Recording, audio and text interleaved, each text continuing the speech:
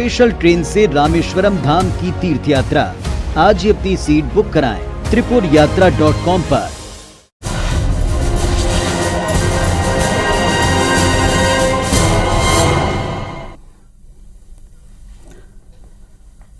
नमस्कार, मैं हूं संजय शर्मा। आप देख रहे हैं मुद्दा गरम है। सियासी बयान और बयान के बाद बयानबाजी। राजनीति में शब्दों का चयन बहुत महत्व होता है, जिसमें जरा सी चूक का मतलब है राजनीतिक मर्यादाओं का तार तार होना।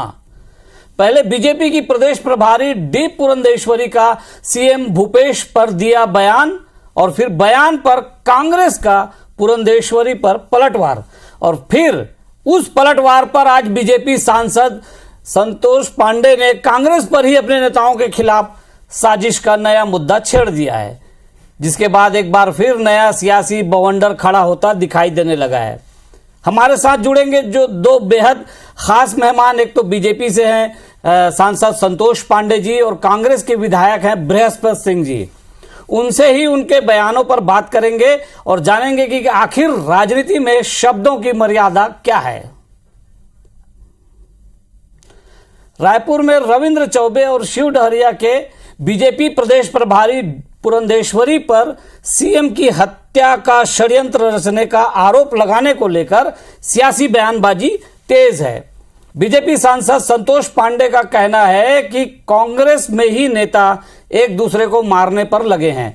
बृहस्पति सिंह ने भी टीएस सिंहदेव जो मंत्री हैं यहां पर, उन पर हत्या की कोशिश का आरोप लगाया था। नेताओं की हत्या की साजिश कांग्रेस रच सकती है, ये उनका कहना है ना संतोष पांडे का। वो ये भी कह रहे हैं कि झीरम कांड का उदाहरण सबके सामने है।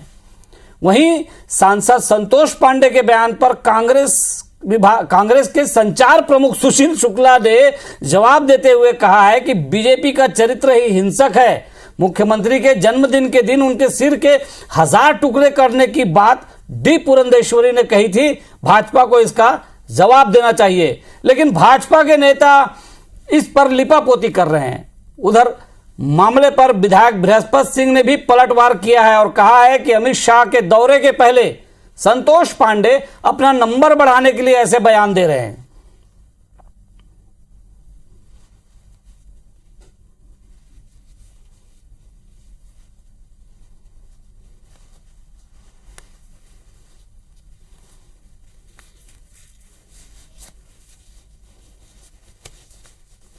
रविंद्र चौबे जी और माननीय शिव डहरिया जी आरोप लगाने से पहले एक बार सोच तो लेते कि कांग्रेस पार्टी के ही विधायक बृहस्पति सिंह जी ने आरोप लगाया था कि मेरी हत्या कराई जा सकती है, और स्वास्थ्य मंत्री जो वर्तमान में अभी हैं उनके ऊपर उन्होंने आरोप लगाया था। हत्या का आरोप कोई दूसरे दल के लोगों ने नहीं लगाया, कांग्रेस के ऊपर ही। ये कांग्रेस में होता है, भारतीय जनता पार्टी के लोग ऐसा नहीं सोचते। माननीय चौबे जी, माननीय डहरिया जी, झीरम नरसंहार के बाद कवासी लकमा जब हॉस्पिटलाइज थे तब उनकी गाल को थप्पी देकर के बोल रहे थे, अरे कहां ले गया था। और भी उसमें बहुत सारी बातें हुई है, वीडियो मौजूद है। झीरम कांड की जांच आज तक आप नहीं करा सके। किसकी सरकार है? ये कांग्रेस में ही होता है। भारतीय जनता पार्टी का चरित्र है इस प्रकार की हिंसा करने का। उनके खुद के कार्यालय में नेता प्रतिपक्ष के चुनाव में आधा दर्जन से अधिक गाड़ियां जला दी गई थी। झीरम हत्याकांड के पीछे में कौन लोग थे आज तक किसी से छुपा नहीं हुआ है। और उसके बाद इस प्रकार की बयानबाजी देने के बाद भारतीय जनता पार्टी के नेताओं का उस पर लिपापोती करना बड़ा दुर्भाग्यजनक है। हमारे पांडे जी बहुत ही विद्वान साथी हैं और बहुत ही होशियार और चालाक व्यक्ति है। उनको समझ में आया कि हमारे देश के गृह मंत्री अमित शाह जी छत्तीसगढ़ दौरे पे आ रहे हैं, इसलिए जानबूझ के ऐसा विवादित उन्होंने बयान दिया है ताकि उनकी टीआरपी बढ़े, उनके नजर में उनकी नाम आए।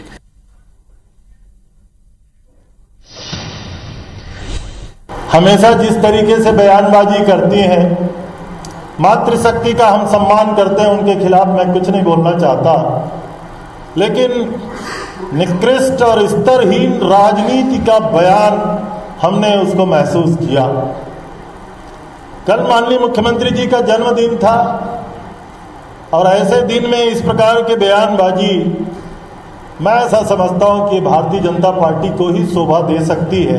क्या वो इस तरह का षड्यंत्र रच रहे हैं कि जिस तरह से राजीव गांधी जी को बम समझाया गया, सिंपल उसी तरह से कोई घटना यहाँ करना चाहती है भारतीय जनता पार्टी? झीरम कांड में हमारे पूरी एक कांग्रेस की पीढ़ी को खत्म करने वाली भारतीय जनता पार्टी का इस तरह का फासिस्टवादी विचार निश्चित रूप से निंदनीय है।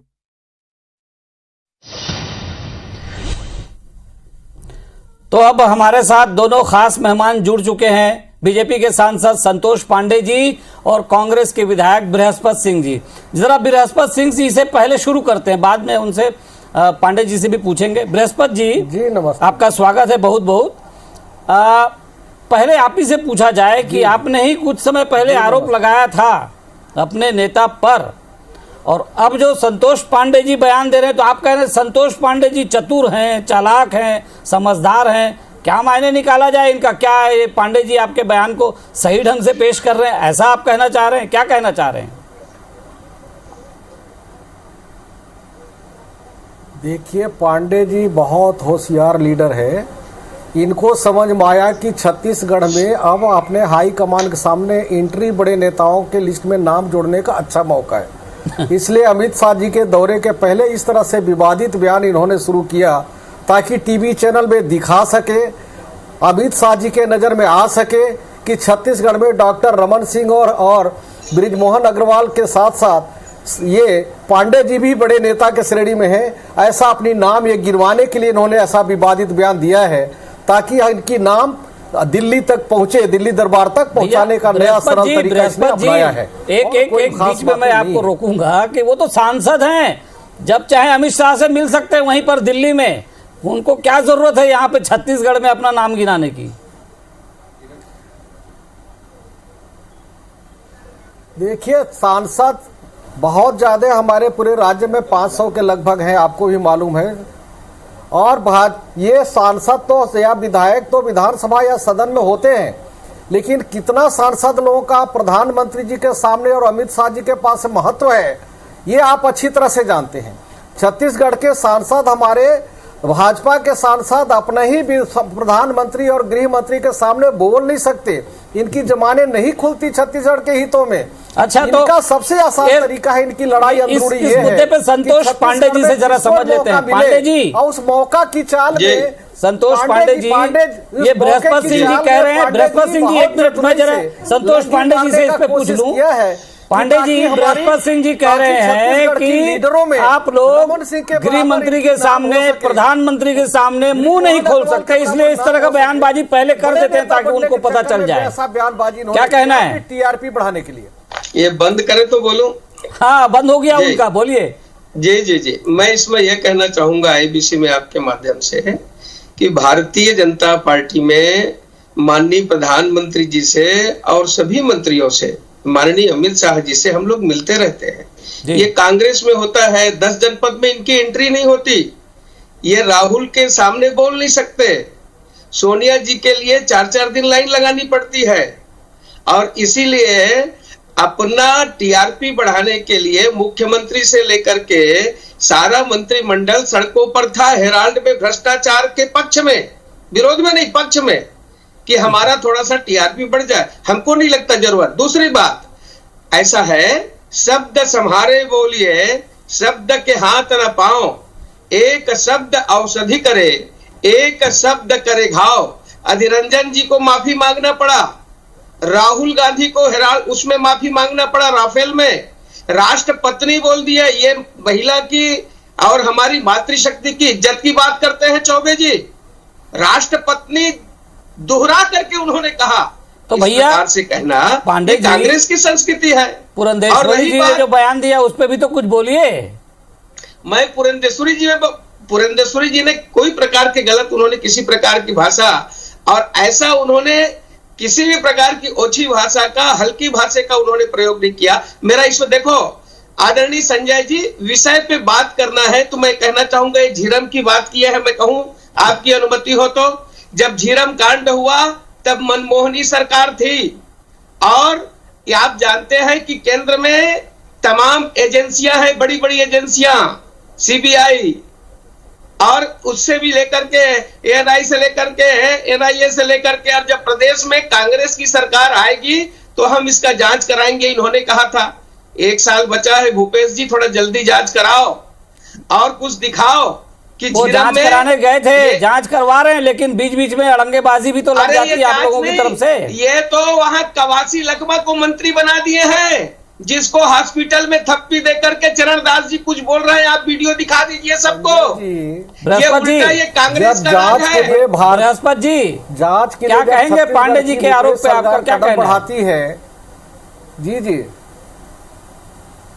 ये उल्टा आपको बता दो, भारतीय जनता पार्टी, पांडे जी 1 मिनट रुकिए जरा, बृहस्पति सिंह जी से पूछ लेते हैं। हाई कोर्ट में किसने गया? कांग्रेस की सरकार, जब भूपेश बघेल की सरकार ने जब झीरम घटना कांड की जांच कराने की शुरुआत कराई तो हाई कोर्ट में किसने गया रोक लगाने के लिए? भारतीय जनता पार्टी। अरे आपकी सरकार थी, मनमोहन सिंह की सरकार थी, सुपर पीएम सोनिया गांधी जी थी, आपके पास बड़ी बड़ी एजेंसियां थी, अपनी टीआरपी बढ़ा लीजिएगा, लेकिन मौत पे राजनीति मत करिए। आप अटकाने लटकाने फटकाने की बात कर रहे हैं, जनता को आप भ्रमित नहीं कर सकते। सारे नेताओं को खोया है और आपकी सरकार ने उस समय थी पूरी सुरक्षा हटा दी, और जब छत्तीसगढ़ के लोगों को किसी को नहीं जानकारी था, उसके पहले ही आपके राष्ट्रीय नेता ने एक वक्तव्य दिया था कि नंद कुमार पटेल जी नहीं रहे, और हत्या ऐसे नहीं हुई, अचानक हत्या नहीं हुई, लगातार हमारे लीडर बस्तर दौरे में थे, आपकी सरकार ने सारी सुरक्षा हटा दी गई, और घटना होने के बाद भी सूचना दिया गया, किसी ने कोई मदद के लिए नहीं सामने आया, और सिर्फ अकेले नहीं मारा गया, नाम बोल के सीधे गोलियां नहीं मारी भाई। बोलिए पांडे जी, आप क्या कहेंगे? 30 लोग की हत्या हुई, बाकी आज भी जिंदा है, और उनके शरीर में गोली लगी हुई है, आज भी गोली है उनके शरीर के अंदर में, गोली कई लोगों ने नहीं निकल पाए, कई लोगों ने अपने पति को मारा, कई लोगों ने पंजाब में बठिंडा में किसने किया? बृहस्पति जी, 135 करोड़ के प्रधानमंत्री माननीय नरेंद्र मोदी जी बृहस्पति सिंह जी, आपके आरोपों पे और बात करेंगे। पांडे जी अभी आपसे और बात करेंगे। संतोष पांडे जी और बृहस्पति सिंह जी के बीच किस तरह की बयानबाजी चल रही है, आरोप प्रत्यारोप चल रहे हैं, लेकिन पांडे जी ने जो मुद्दा उठाया वो भी महत्वपूर्ण है। जरा बृहस्पति सिंह जी, आपने पूरा आरोप तो लगा दिया कि झीरम कांड बीजेपी वालों की लापरवाही, बीजेपी वालों के षड्यंत्र, सब आपने कह दिया, लेकिन वो पंजाब के मुद्दा जो उठा रहे थे पांडे जी, वो भी तो महत्वपूर्ण है। आखिर कांग्रेस के लोगों के ऊपर भी इस तरह के आरोप लगते हैं, तो फिर आप क्या इस चीज को षड्यंत्र मानने के बजाय खाली ये नहीं मान सकते कि ये राजनीतिक बयानबाजी थी, जबान फिसल गई, पुरंदेश्वरी जी की जबान फिसली, जैसे आपके अधीर रंजन जी की जबान फिसली, इतना ही क्यों नहीं रखते इसको हत्या का षड्यंत्र? अगर आप ऐसा जोड़ेंगे तो फिर वो भी कहेंगे कि आप पुल के ऊपर प्रधानमंत्री को खड़ा करते हैं, क्या कहेंगे?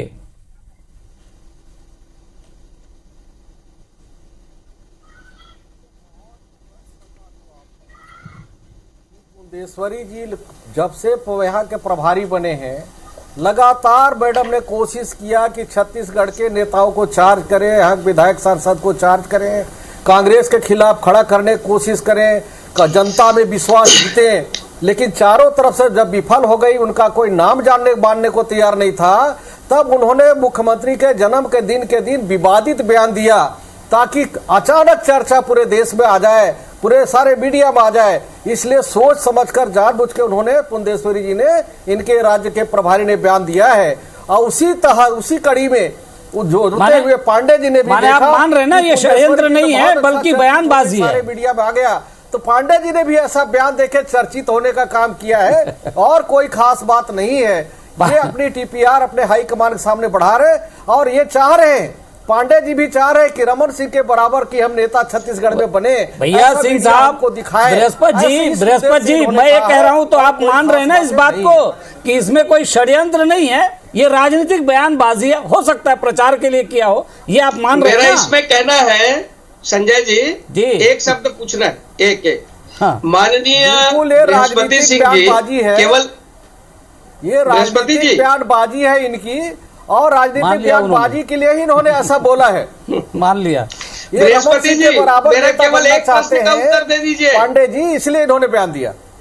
एक प्रश्न का उत्तर बृहस्पति जी, आप और आपके साथ पूरे विधायक हाईकमान के पास गए थे और आपने कहा कि मेरी हत्या की जा रही है, हत्या करने की साजिश की जा रही है, और आपने अभी वर्तमान के स्वास्थ्य मंत्री का नाम लिया। इसी के विषय में बता दीजिए, पूरा प्रदेश सुन रहा है, आईबीसी अन्य प्रदेश भी सुनते हैं, आप क्लियर कर दीजिए और माफी मांग लीजिए कि मेरे से गलती हो गई, मेरे से चूक हो गई, अब दोबारा नहीं होगा, ऐसा बोल। पांडे जी, आईबीसी नहीं, हिंदुस्तान के सारा चैनल ने कवरेज किया है कि हमने दिल्ली में क्या कहा है, हाई कमान के सामने गया तो बातें हमने आईसीसी में क्या रखा है, हमारे मैं नहीं 55 विधायक मेरे साथ थे और हम लोगों ने क्या कहा, सारे न्यूज चैनल को आप देख लो, हमने दिल्ली में क्या कहा, लेकिन दिल्ली की न्यूज चैनल को देख लीजिए। अभी तो मुद्दा ये पुरंदेश्वरी जी का बयान है, और उसके बाद जो कांग्रेस नेताओं की बयानबाजी हो रही है उस पे पांडे जी आपने भी कुछ बयान दिया उसके ऊपर,